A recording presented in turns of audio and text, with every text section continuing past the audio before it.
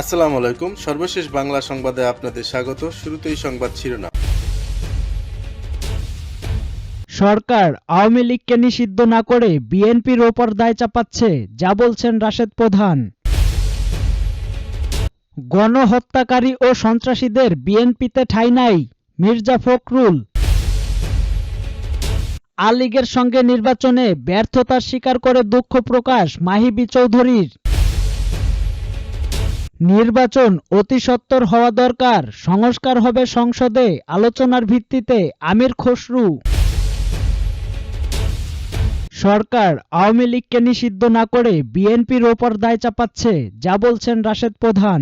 সরকার আওয়ামী লীগকে নিষিদ্ধ না করে বিএনপির ওপর দায় চাপাচ্ছে মন্তব্য করে গণ অধিকার পরিষদের সাধারণ সম্পাদক মোহাম্মদ রাশেদ খান বলেছেন, আমাদের স্পষ্ট কথা, আওয়ামী লীগের পুনর্বাসন যারা করবে তাদের বিরুদ্ধে আমরা প্রতিরোধ গড়ে তুলব।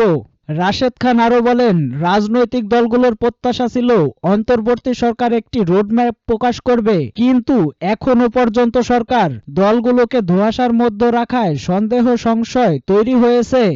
বিশেষ করে উপদেষ্টাদের নানানমুখী বক্তব্য, পেছন থেকে নতুন দল গঠনের সহযোগিতা, সেই দলের আবার আওয়ামী লীগের কাউন্সিলরদের সহযোগিতা চাওয়া এবং সরকারের সব সেক্টরে আওয়ামী লীগ সুবিধাভোগীদের পুনর্বাসন করা, আওয়ামী তালিকার ডিসি-এসপি নিয়োগ, আওয়ামী হাইকমান্ডের কাউকে গ্রেপ্তার না করা, শেখ পরিবারকে ধরাছোঁয়ার বাইরে রাখা, আইন শৃঙ্খলা পরিস্থিতির অবনতি, দ্রব্যমূল্যের লাগামহীন দাম বৃদ্ধি ইত্যাদি মানুষকে হতাশ করছে। তিনি বলেন, গণহত্যার বিচার যদি সরকার করবে তাহলে কেন আওয়ামী লীগ ধরতে অভিযান না চালিয়ে বরং পালিয়ে যেতে সহায়তা করলো?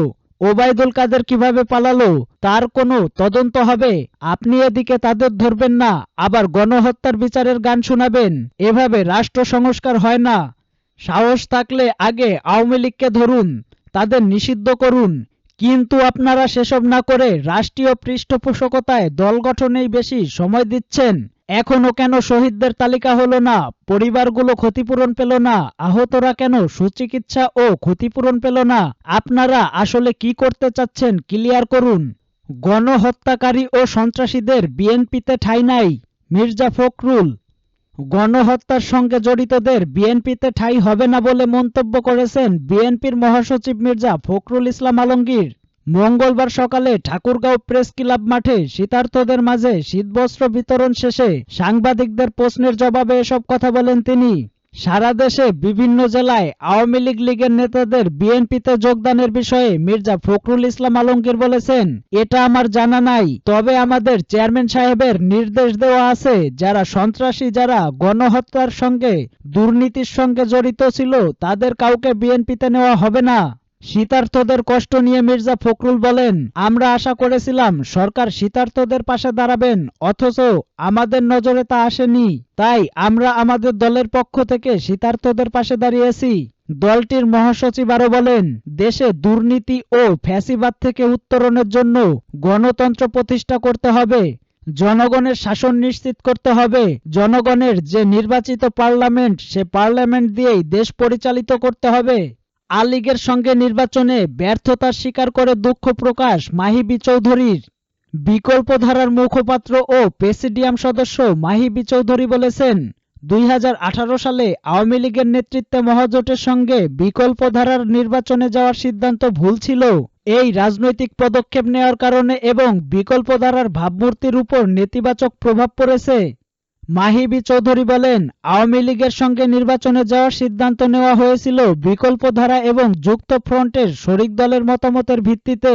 নির্ভীক সত্যানুসন্ধানে আমাদের উপলব্ধি হয়েছে যে এই সিদ্ধান্ত বৃহৎ গোষ্ঠীকে বিঘ্নিত করেছে এবং আমাদের স্বাধীন রাজনৈতিক পরিচয় ক্ষুণ্ণ করার পাশাপাশি স্বচ্ছতা, গণতন্ত্র ও দুর্নীতি বিরোধী অবস্থানের প্রতি প্রশ্নের উদ্রেক করেছে। সর্বোপরি দলের আদর্শকে দুর্বল করেছে এবং পরিবর্তন প্রত্যাশী সমর্থকদের হতাশ করেছে। 2018 সালের নির্বাচনের পর ওই সরকারের পুরো মেয়াদে শাসক দল আওয়ামী লীগের সঙ্গে বিকল্পধারার আনুষ্ঠানিক বা অনানুষ্ঠানিক কোনো বৈঠক হয়নি।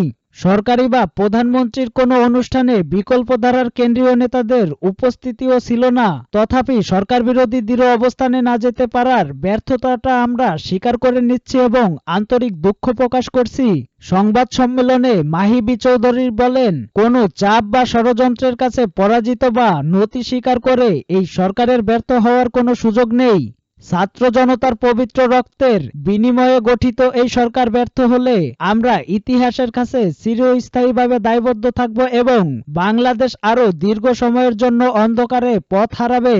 2024 সালে জুলাই বিপ্লবের অকুতোভয় সহস্রাধিক ছাত্র জনতার আত্মত্যাগের কথা স্মরণ করে বলেন, আগামী প্রজন্মের জন্য একটি বৈষম্যমুক্ত এবং অগ্রগামী বাংলাদেশ বিনির্মাণের লক্ষ্যেও তারা প্রাণ দিয়েছে। তিনি আরো বলেন, পরিবর্তন প্রত্যাশী অনেক তরুণ এবং সংস্কারপন্থী নাগরিকরা আমার দলে, বিশেষ করে আমার এই পদক্ষেপকে সুবিধাবাদী পদক্ষেপ হিসাবে বিবেচনা করেছেন, যার ফলে আমরা নেতৃত্বের প্রতি আস্থা এবং দলের প্রতি জনপ্রিয়তা হ্রাস পেয়েছে।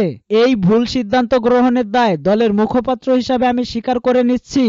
উপলব্ধি ও আত্মসমালোচনার মাধ্যমে এই ভুল থেকে বেরিয়ে এসে বিকল্পধারার আদর্শকে ছুন্নত করতে না পারলে আমি মনে করি বর্তমান প্রজন্মের কাছে বিকল্পধারার তার প্রাসঙ্গিকতা হারাবে।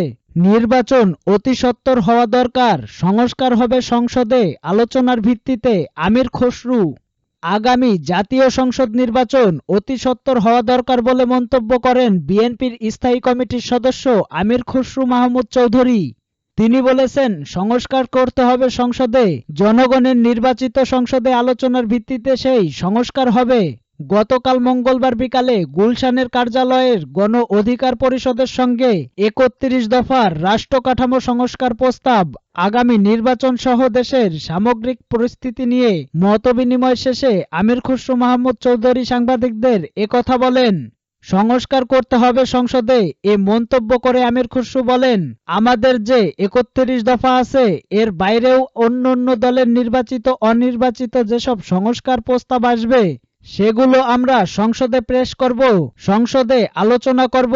বর্তমানে অন্তর্বর্তী সরকারের মাধ্যমে যে সংস্কার কমিটিগুলো করা হয়েছে তারা যদি সংস্কারের প্রস্তাব করে যায়, আগামী দিনের জন্য তাদের সংস্কার প্রস্তাবও আমরা সংসদে আলোচনা করব। সংসদ সেই সিদ্ধান্তগুলো নেবে আগামী দিনের জনগণের ম্যান্ডেটের পরিপ্রেক্ষিতে। দ্রুত নির্বাচনের প্রয়োজনীয়তার তাগিদ দিয়ে বিএনপির এই নেতা আরো বলেন, আমাদের সবার প্রত্যাশা হচ্ছে দ্রুত নির্বাচনের মাধ্যমে দ্রুত একটা সংসদ, একটা সরকার গঠন করা, যারা আগামী দিনে ৩১ দফা সংস্কার প্রস্তাব বাস্তবায়ন করবে। এ বিষয়ে জনগণের কাছে তারা প্রতিজ্ঞাবদ্ধ বলে উল্লেখ করেন বিএনপির সর্বোচ্চ নীতি নির্ধারণী ফোরাম স্থায়ী কমিটির সদস্য আমির খসরু মাহমুদ চৌধুরী। তিনি বলেন, নির্বাচন অতি সত্বর হওয়া দরকার। একটা নির্বাচিত সরকার যত তাড়াতাড়ি ক্ষমতায় আসবে, বাংলাদেশের বর্তমান অর্থনৈতিক, সামাজিক, রাজনৈতিক এবং আজ বৈদেশিক যে বিষয়গুলো আমরা সম্মুখীন হচ্ছি সেগুলো নির্বাচিত সরকারের পক্ষে দ্রুত সমাধান দেওয়া সম্ভব। এ সময় স্থায়ী কমিটির সদস্য ইকবাল হাসান মাহমুদ ও ভাইস চেয়ারম্যান বরকতুল্লাহ বুলু এবং গণ অধিকার পরিষদের সাধারণ সম্পাদক রাশেদ খান সহ দলটির নেতাকর্মীরা উপস্থিত ছিলেন।